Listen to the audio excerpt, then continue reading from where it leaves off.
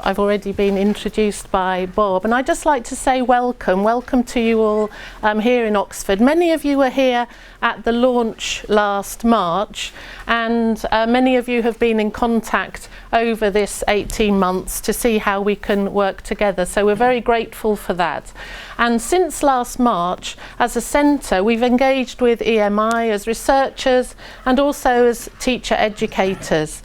And there appears to be a worldwide shift from teaching English as a foreign language to teaching academic subjects through the medium of English. So academic subjects such as science, maths, business, engineering, and EMI is being increasingly used in universities, in secondary schools, and even in primary schools. And so obviously this phenomenon has really important implications for all our young people. And so here we think it's important to research why EMI is happening, where it's happening, and how it is delivered.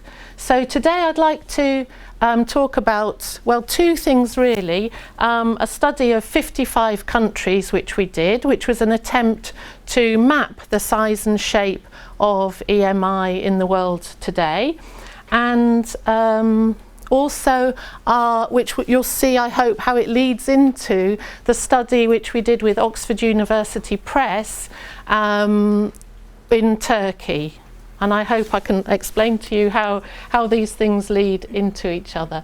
And we've also been running an online survey of teachers' views, so some of that data will come in. We're going to do a tour of 55 countries in 20 minutes, so it will be a brief overview, but I'll be very happy to talk to you during lunchtime and during the poster exhibition. So, as I say, this is a global survey of EMI, and we had 55 countries which participated in our study.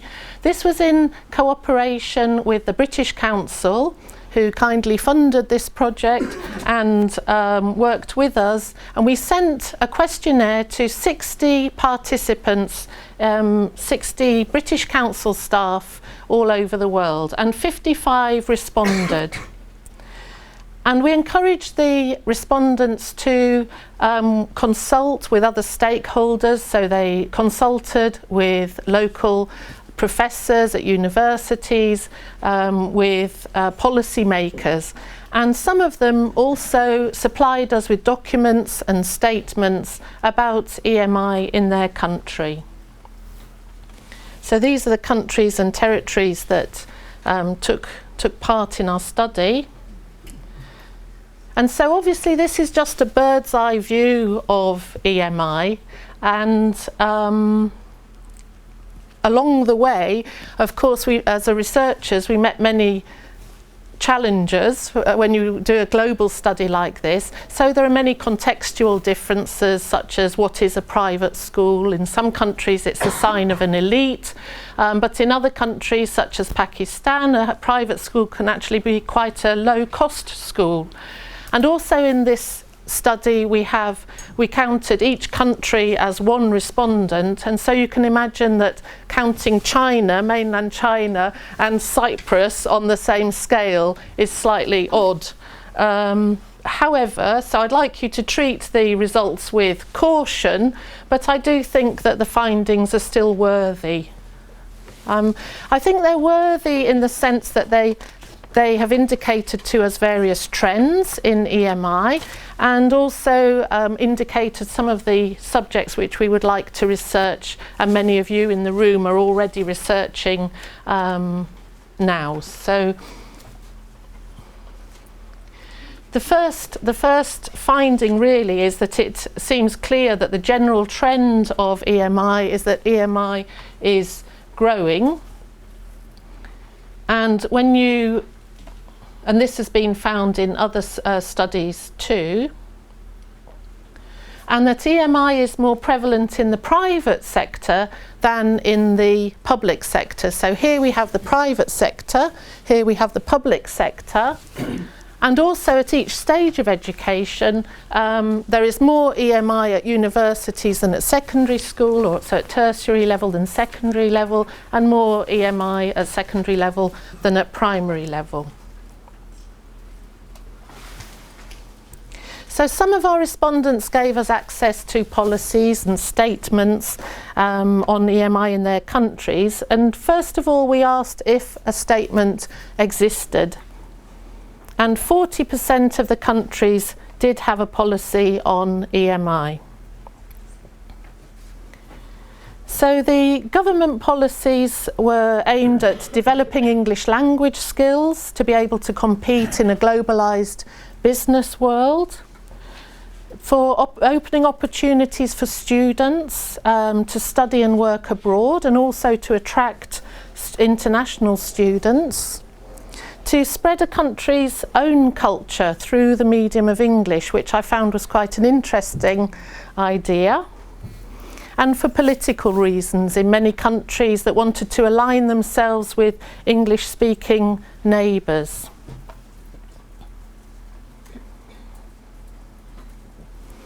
So at university level, there may be policies in place, but we wondered whether these policies were actually well communicated to the academics, because we had plenty of comments like this.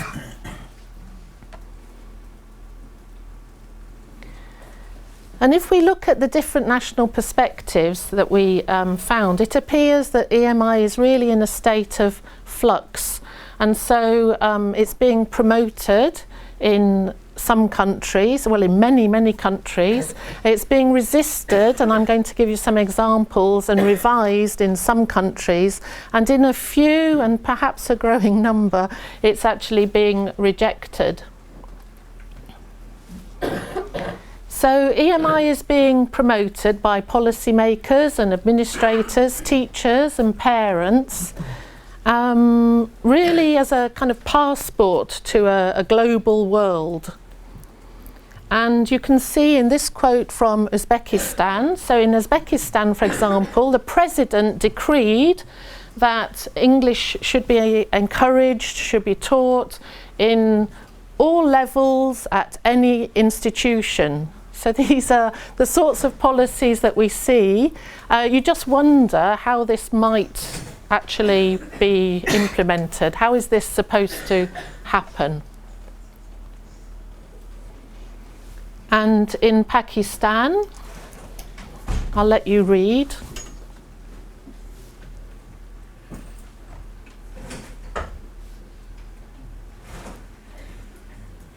Okay. And in Macedonia, the aim is to speak a foreign language and to have exchange programs.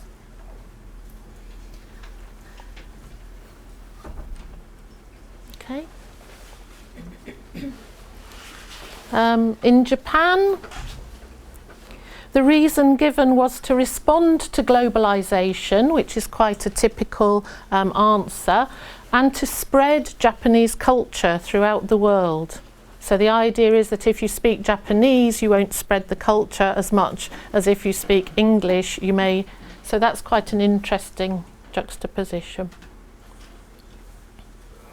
And South Sudan is an example of political reasons, so of nation building and political alignment.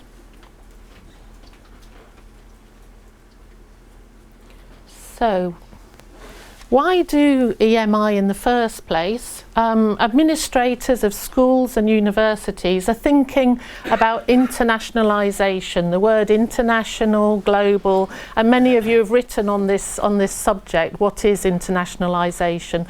We're not going to go into that just now, but I know many people in the audience have actually written on these subjects. But administrators say that they're doing EMI for internationalisation, globalisation. They're thinking about the survival of their universities, thinking about survival, funding and ranking. The teachers were more idealistic, and we found that most teachers are actually teaching mainly home students with a few international students in their class. And you can see that here from our graph from our online survey. And so what the teachers are trying to do is they're trying to open doors for their home students, as helping them to be flexible, to move around the world, to improve their careers, and they're also trying to attract international students. But they see English as a world language, as a key to success. So the teachers told us that English was good for research, great for going to conferences, and excellent for jobs. Now, the reasons for resisting EMI are these. I'll let you read.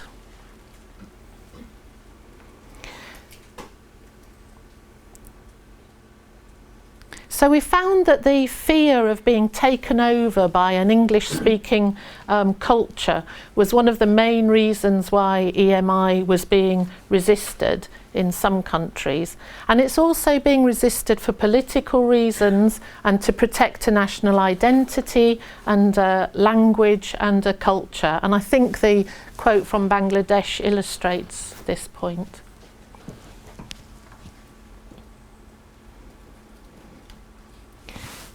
Now, Taiwan is a country where there's plenty of English and plenty of EMI, but even in a country with plenty of EMI, there is a wish to protect the home language, and it's thought, obviously, that students graduating from university who are going to go on to work in business or medicine or engineering should also have a deep knowledge of their home language. And so, although they should have the opportunity to study in English, it shouldn't be to the exclusion of their home language, and also other important international languages, world languages. This is Estonia.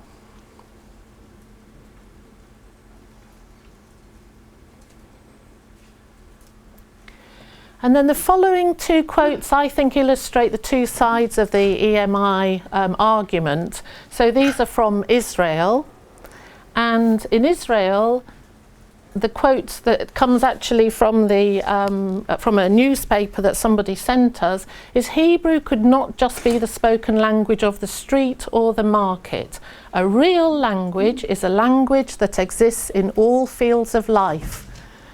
So the idea is that if you want a language to be a whole language, it also has to exist in academia and in universities and in schools. And the fear is that if it isn't used in academia, it may become the language of the poor, the language of the marketplace, the language of the street. However, the other side of the argument is this, that Hebrew is the language of the Jewish people, but if you write your thesis in Hebrew, it is buried. And I think we've spoken about this before, and other people are also studying this, but in Italy, the home of Latin, which is possibly the last global language, our respondents drew our attention to this dispute, which we've mentioned before, at the Politecnico di Milano, where actually the teaching staff agreed to EMI in the first place, but then the rector wanted to introduce it incredibly quickly, very, very quickly, and there was a revolt against it, and 100 lecturers took the rector, the university, to court, to a tribunal, to argue against using English in an Italian university. And the main arguments were that it was just wrong to force a university to teach in English, for a public university to be forced to teach in English. And also this quote, which I like, which is talking about the precision of teaching and learning in English. I'll let you read it.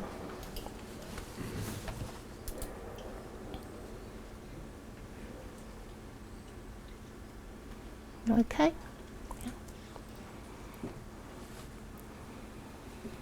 And so nearly 62% of our respondents actually reported that in their country there had been a reversal of policy, and it wasn't always in the same direction. So at the launch, Catherine Walter talked to us about Sri Lanka and how English used to be thought of as a kadua, as a knife that cut people off from their culture.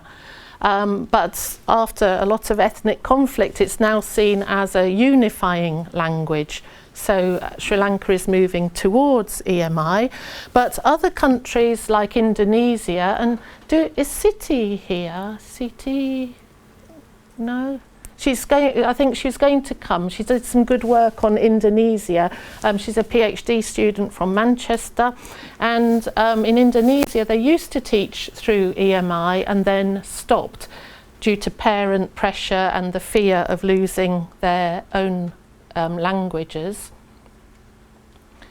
And recently my colleague Jess sent me these two snippets, and it reminded me of the expression English as the medium of obstruction by Zadi. And these show that both Ghana and Tanzania are considering reversing, they use quite harsh words like eliminating EMI. And you may know that we have Pauline Ray Dickens, and she worked in Tanzania, and she's the person to talk to over lunch if you'd like to know perhaps some more about this. Okay, so we looked at public opinion, and public opinion is very divided on EMI. And in 55 countries, out of our 55 countries, half of them said that EMI was a controversial or undecided type of issue in public opinion. And the reasons given for the controversy are some of the reasons that I've already mentioned, but also a concern that policies hadn't been clearly thought through, and that EMI was potentially divisive and socially divisive, something that could lead to social inequalities. And this was the case in Brazil.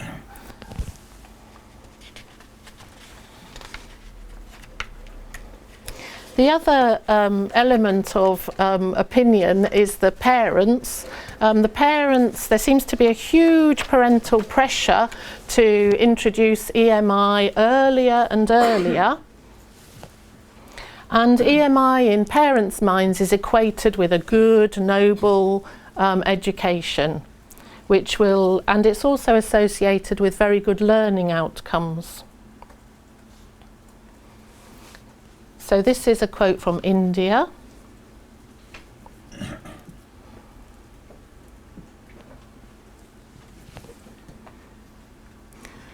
And this is the part that we need to look at, whether or not studies and research actually do support this idea by parents that EMI equates to a good education and good learning outcomes.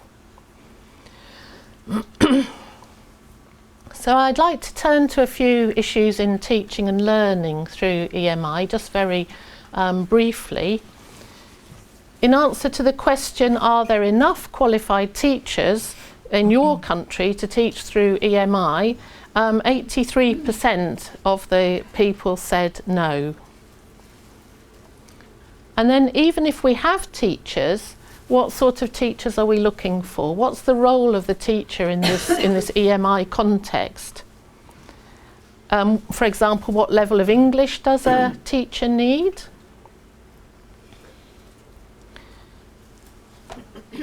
We found teachers who seemed to volunteer if they'd been abroad, if they felt capable of teaching through English, they would teach. But we didn't find they told us there were no clear guidelines in 60% of the countries. We asked if they thought that all teachers were capable of teaching in EMI. Here's the answer. And also we asked about subjects, so which subjects are suitable for EMI, and things like science, including biology, physics, maths, engineering, came out as the subjects most often taught through English. And that made us wonder if EMI is appropriate for every subject and every subcategory of subjects, because if we think about medicine, for example, one of our lecturers told us, well, okay, medicine is fine for reading the scientific papers, but I teach medicine in Italy, and if you're an Italian and you become a doctor and you go and see a patient to diagnose them, then you're going to speak Italian. So there may be subcategories. And a lawyer told us international law, yes. Constitutional law, could that be taught through English? And also we're very interested in the students.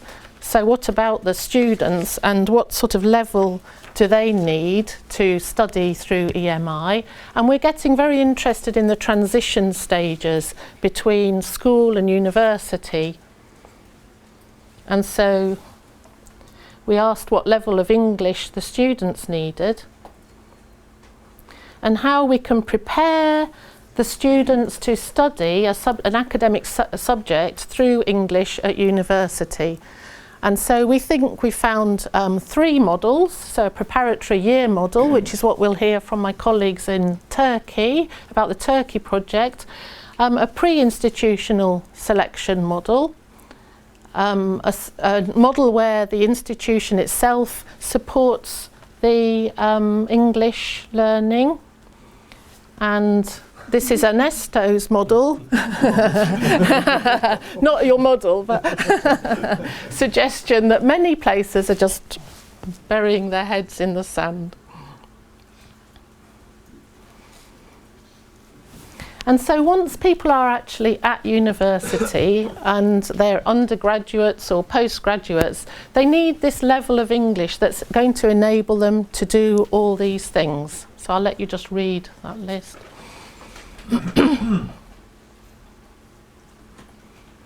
But the question is, how do the students improve their English proficiency when they're at university? Teachers believe very strongly that EMI will help to improve English proficiency, but they don't see themselves as any type of English teacher. So this was the thinking that then led us to our project in Turkey, where we started wondering whether there was a role for English teachers and subject teachers at university to work together when planning their lectures and lessons. Because everybody's talking about international universities, and we think this might mean a change of pedagogy, because if we're aiming to create international universities where teachers and students are involved in international research and intercultural understanding, then I think that EMI has got to be a multicultural tool. It's got to be a multilingual tool. And if we believe that, then a monolingual teaching approach just will not deliver. So in an EMI lecture room or science lab, we have to at the very least, make sure that the students understand the complex ideas, concepts that we're trying to transmit or we're trying to teach. And so we need to look at things like modifying our input and creating an atmosphere for dialogue, for interaction with the students, for checking comprehension, but also so that they can test out their English and they can use their English and build their English skills.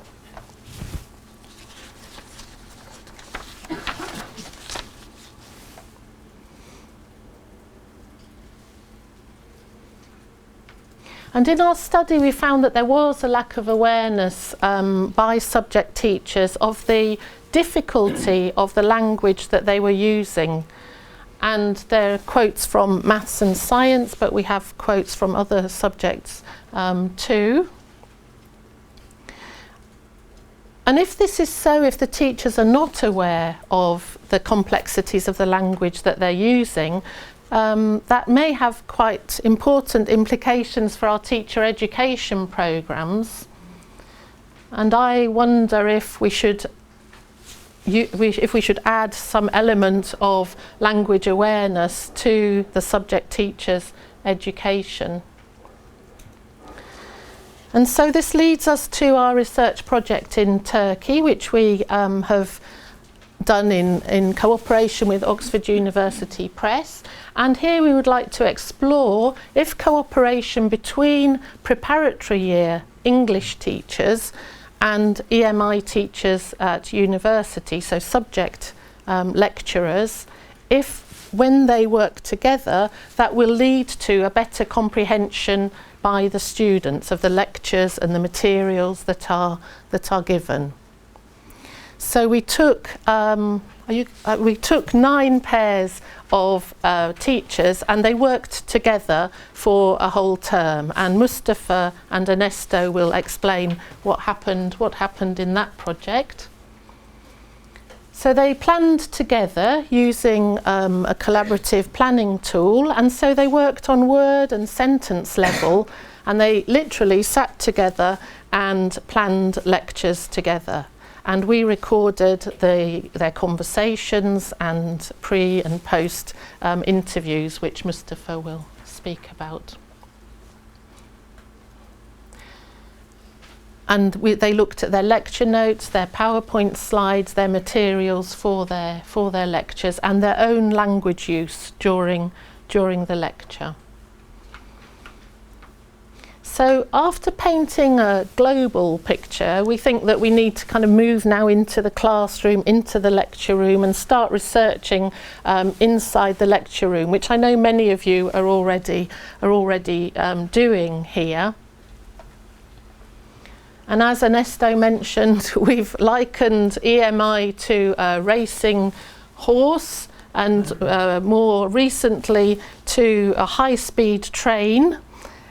And I think that as researchers and as teachers, we all need to work together to try and strive to make the future of EMI, have it based on research and not just on people's opinions. And to pinch a phrase from Ernesto's latest article, he said, "We may not be able to stop a high-speed train, but we can do our best to try and make sure that the passengers reach their destination safely." So this is what we're trying to do in EMI Oxford with our research and our teacher education courses. So thank you.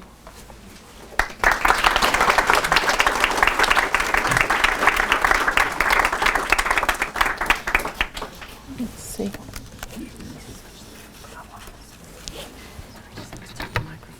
Okay. Can I yeah, we need to close it down. It's on the bottom. Oh, sorry. It's already there, actually.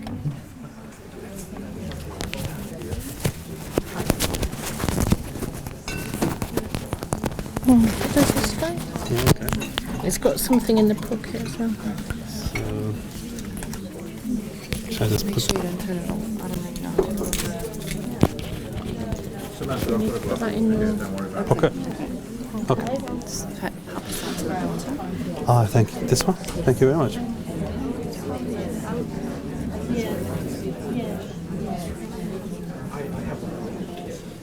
Okay. Thank you, Julie. Hi, everyone. Valued guests, dear colleagues, welcome to Oxford.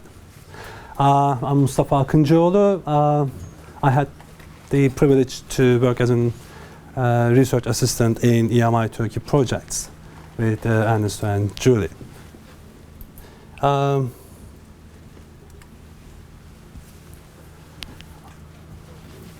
Microphone? Okay, so can everybody hear me? So yeah, okay. Not okay. Just I'll try to be as loud as possible. Okay. Before talking about the Turkey project, I'll briefly talk about the university context in Turkey and EMI, and with a little bit of historical depth in it. And we all know that EMI is an increasing trend in Turkey. And if we look at the Turkish university context, we see that in 1984, the first private university was established. But before that, way before that, in 1954, there was the first government university, Middle East Technical University, was established with full EMI courses offer. And today, when we look at the Turkish university context, we see 109 state universities and almost, together with the private universities, almost 200 universities in Turkey. And we see 23 government universities offer courses, majority in EMI. And obviously, until 1984, when the first private university was established, and by the beginning of 2000, when the private universities were and have been encouraged by the Ministry of Education and Turkish government. So there's a huge increase in their number. At the moment there are 76, if I'm not wrong, private universities in Turkey which offer courses mainly through EMI. And those universities, especially the government universities, deliver courses through EMI. They are perceived by the students, by the parents, and by the other educational stakeholders as more prestigious. And another interesting thing, maybe, a number of universities very recently in Turkey started adopting flipped methodology, which comes through EMI as well. I'm not going to go into that part in detail, but it is one thing emerging in Turkey as well.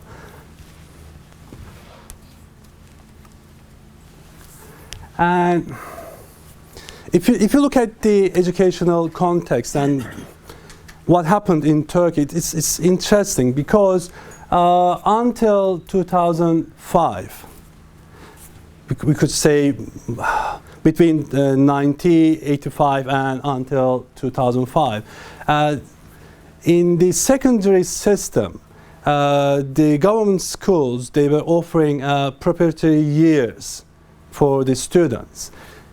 That was important because those students, when they get to the universities, pass the national test and get their places in universities, they had a solid background in English, which takes us to common terms of bigs and cubs. I'm not going to get into that in detail, but they had some preparedness for their academic studies. But we see that in 2005, this stopped. And then the main load came to the universities.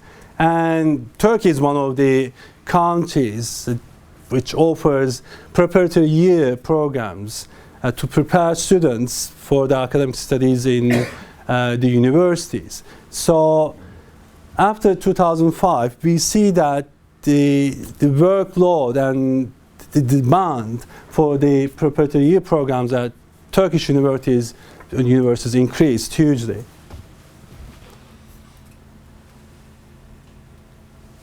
And if you look at some research done on Turkey, for instance, Kılıçkaya 2000 paper 15 years ago, when he looked at the overall Turkish educational context and English, teaching through English, he points out some resistance against EMI. And one recent study, maybe Macmillan, talks about preparatory year programs.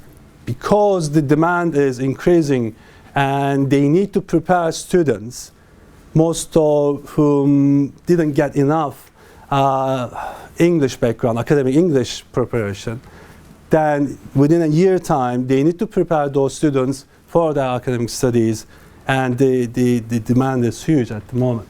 And he's saying that preparatory year programs not achieving this very effectively. And we had two research questions before starting this research project.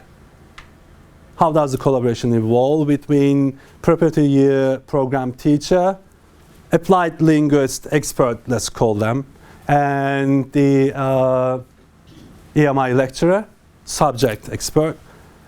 Is there mutual benefit, not one side, but is there mutual benefit from those collaborations? And the methodology. We adopted an cross-experimental intervention. And we had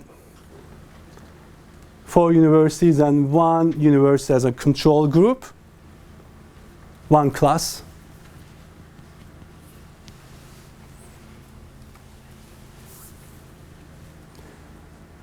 And Julie mentioned about the collaborative planning tool, as we call it, CPT. The main idea behind that, just to provide a framework through which both teachers could work, and they had that framework in mind, and when they come together, they could just collaborate. And the ideal sequence of the collaboration, I'll just let you have a quick look at that. So they have the framework. Preparatory year program teacher has a chance to look at what's going to happen in that lecture. They come together, audio recorded. All sessions are audio recorded. They come together, 30 minutes up to 1 hour discussions. EMI lecturer goes into the lecture room, classroom, delivers the lecture with the framework in mind, gets to the second collaboration, because they had 8 collaborations within the project, and then provides the feedback, and then the collaboration evolved in many cases.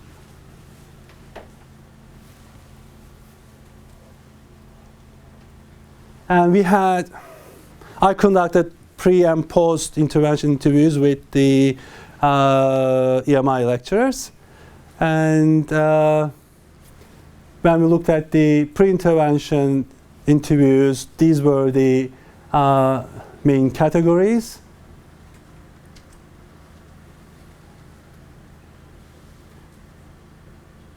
The materials, the self-monitoring, if they do it, if they reflect on it, their thoughts on preparatory year program, because obviously they observe some language-related problems in the classrooms, and do they think that it's an preparatory year program caused issue or something else? I'll try to be as quick as possible. And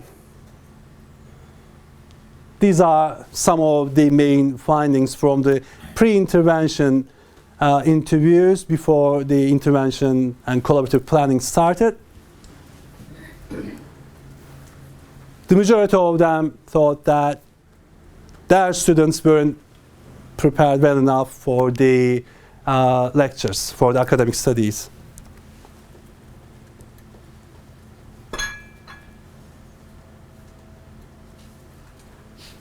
And again, some of them thought that those students, they weren't very well prepared for the scientific subject studies.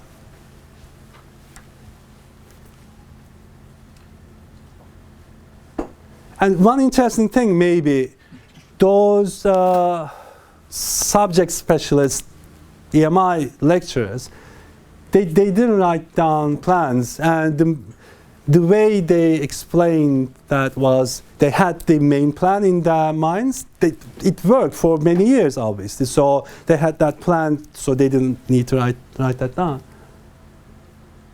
And when I asked about the collaboration within the departments, subject departments, they said, the majority of them said just they mostly didn't have that chance.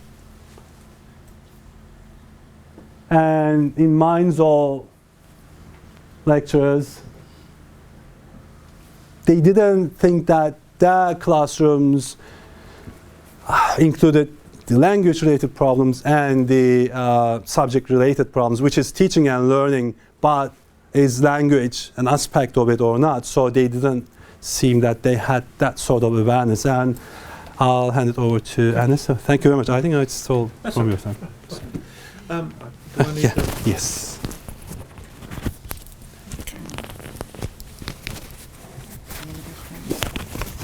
Okay, thank you. That's fine.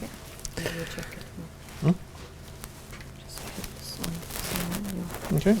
Can I just note in my pocket? Yes. Thanks very much. Thanks very much, Mustafa. So, as Mustafa has given you the background to Turkey, giving you an idea of why we went about doing this and the methodology that was used. We collected a lot more data than what we're going to present today. We also collected data from students at the end of the lectures after those 8 sessions of collaborative planning. We also collected what their thoughts were to see if there was any change. We're not going to present that today. We've also got about 1,000 student questionnaires which we're still analysing on their own feelings about the Turkish students about learning through the medium of English. We're just going to talk about this issue of language and content. So these are the comments so far prior to the 8 sessions which they worked together. Okay, so if we look at the post-intervention categories which we extracted stuff on the use and the benefits of that collaborative planning tool, whether they thought it was a useful thing to use as a tool, the success of collaboration, the planning, the understanding of the work done in the PYP year, because you see they often say we just don't know really what's going on in the PYP year, or we think it's just general English going on. Gaining a self-awareness of their language competence and so on, their ability to communicate to the students. Finally, we wanted to know whether they would want to collaborate in the future with their English language specialist. I'll just let you read that.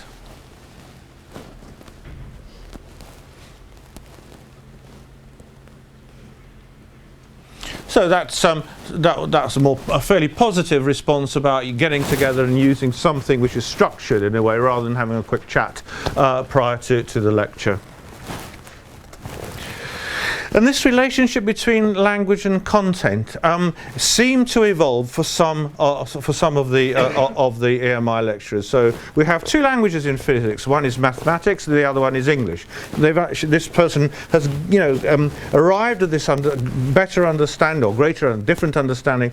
Before this project, I thought mathematics as a language was more important. Now I feel that the first medium should be English, and this may be a little more important than mathematics for teaching undergraduate level. English must be more important in teaching physics in undergraduate level. In other words, the language itself, the link between the language and the subject, the content, the ideas, the constructs are now much more intertwined in this person's mind, and I think it's reasonably representative of the other people involved, but not all.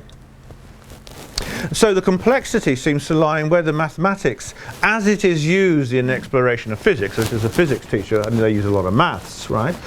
Whether it is sufficient as a linguistic code in itself, or whether there has to be an additional reference, something that refers to the language versus the code that's used. Now I think that's a really interesting area. I don't think we've cracked it anywhere near yet, but I think at least that raising that awareness about how things, how the construct works in relation to language is very important. One engineering teacher said this.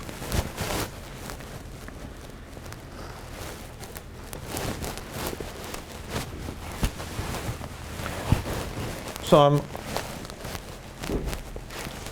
this is just a selection of the responses which we feel were more positive as a result of that collaborative intervention.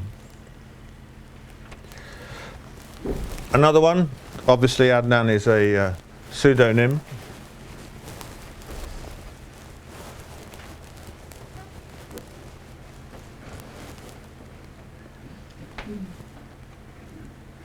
And And I think this is difficult to grasp really, but my interpretation of this is, before I thought that, you go from primary school to secondary school to tertiary education, and it's just a continuation, you just get better and better at English. But she's saying, actually, I don't think there is this continuation, I think there's a problem, and then we've got to deal with this.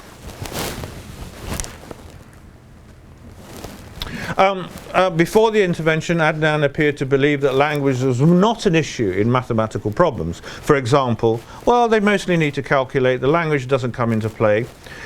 Although some problems don't require any language skills, such as, and some problems don't require any language skills, such as multiplying two entities.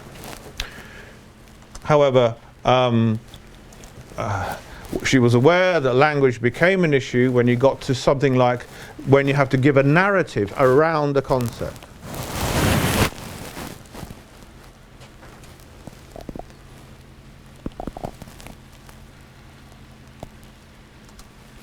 By the time of the post-intervention, after those 8 sessions, her understanding of the importance of language had changed noticeably. For example, we take maths as a language, we give formulas, we say F is equal to MXA, I think that's what it is. Technically speaking, if the students are, Judith is there at the back, technically speaking, if the students are perfect in maths, they don't need to know the language you're using, they will perfectly understand what you mean. But in reality, we need to explain these formulas, we need to support the mathematics with language.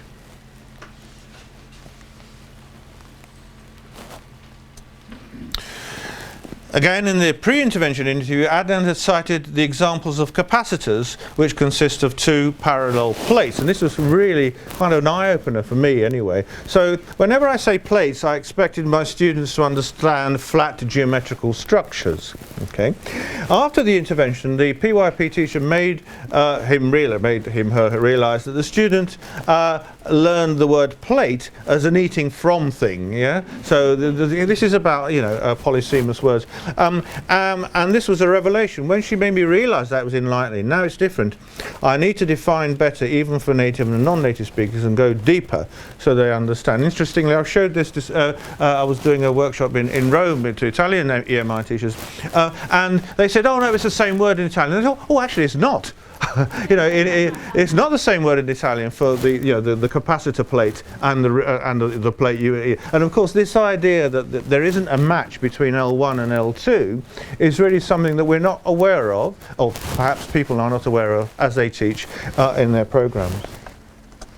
However, I wouldn't like you to go away thinking that this collaboration was all positive. Generally, I would say that the pairs were more positive than negative. But here's one negative, and I think it's important to see negative as to why it is negative. What were the reasons that it didn't work?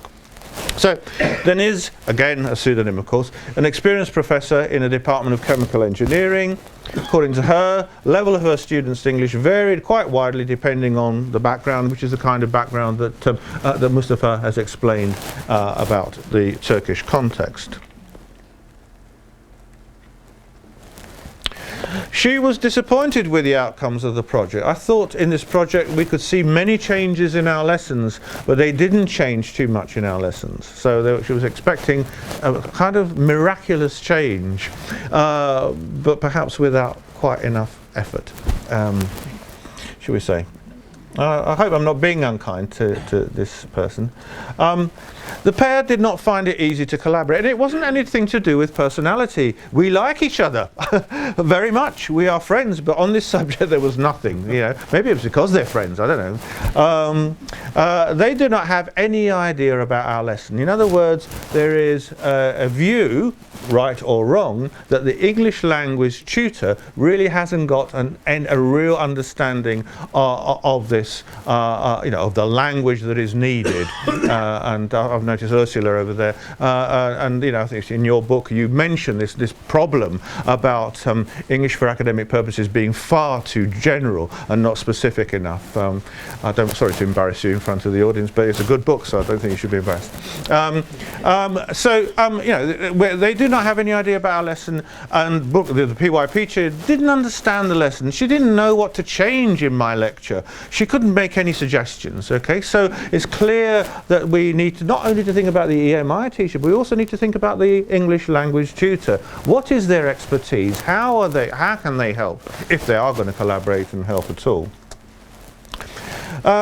I also learned English in the preparatory, so they've taught us English with poems and songs. When we came to our lecture room, I was in shock. So there is a sort of prior belief about the, English language is all about poems and songs. It's not about the reality of teaching academic subjects. Whether that's true or not, this is coming through. These are beliefs rather than definite reality. Her concerns: English should not be blamed on the PYP here. High school should play a part. So this, there is a view, a top-down view. Hang on a minute. Why aren't they sending us the students, with the right level of English when they come to university?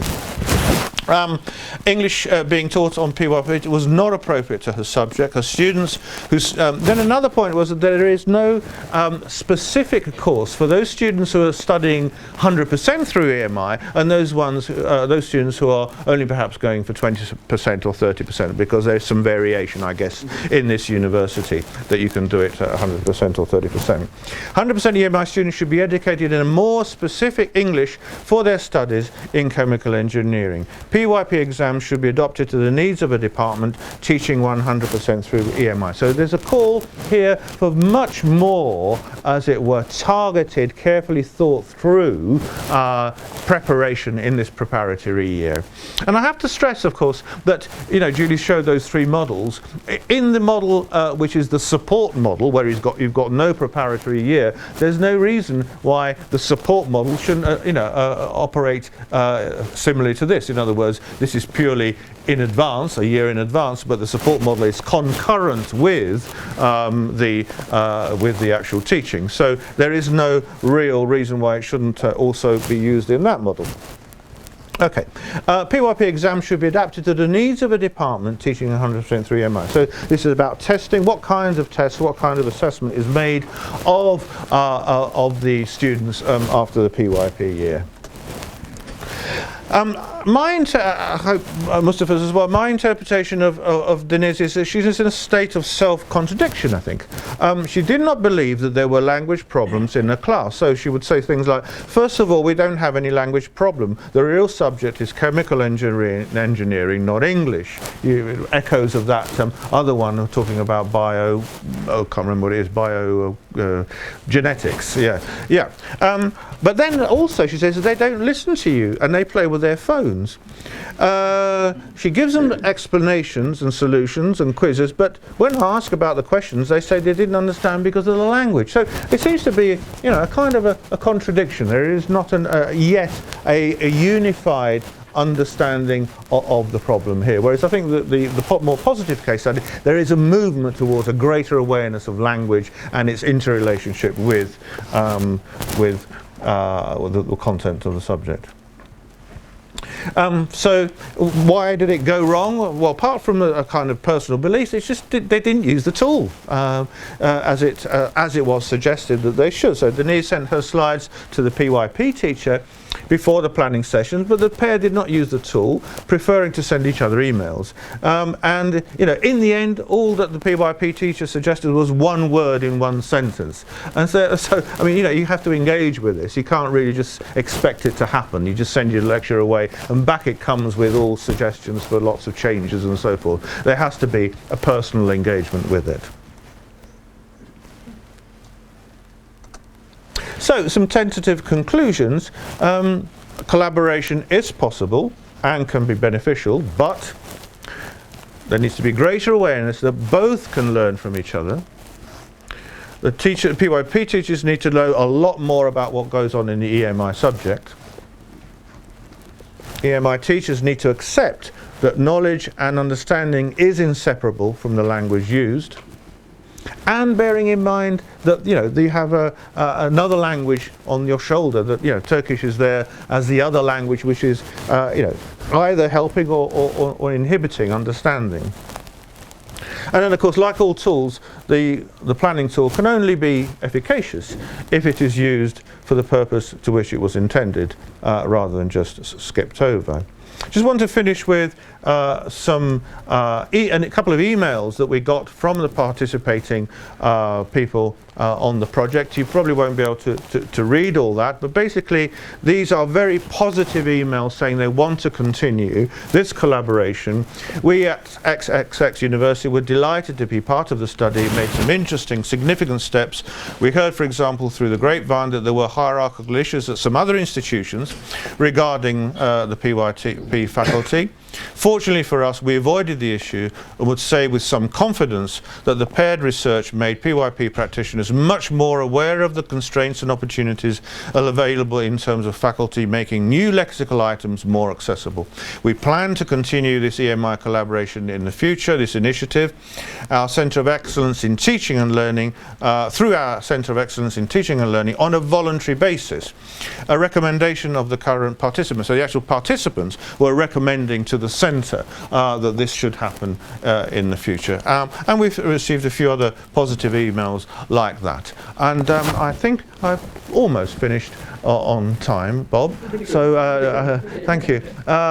Would you say there's time for a few very brief questions? We started late, so we will take okay, thank you. So please.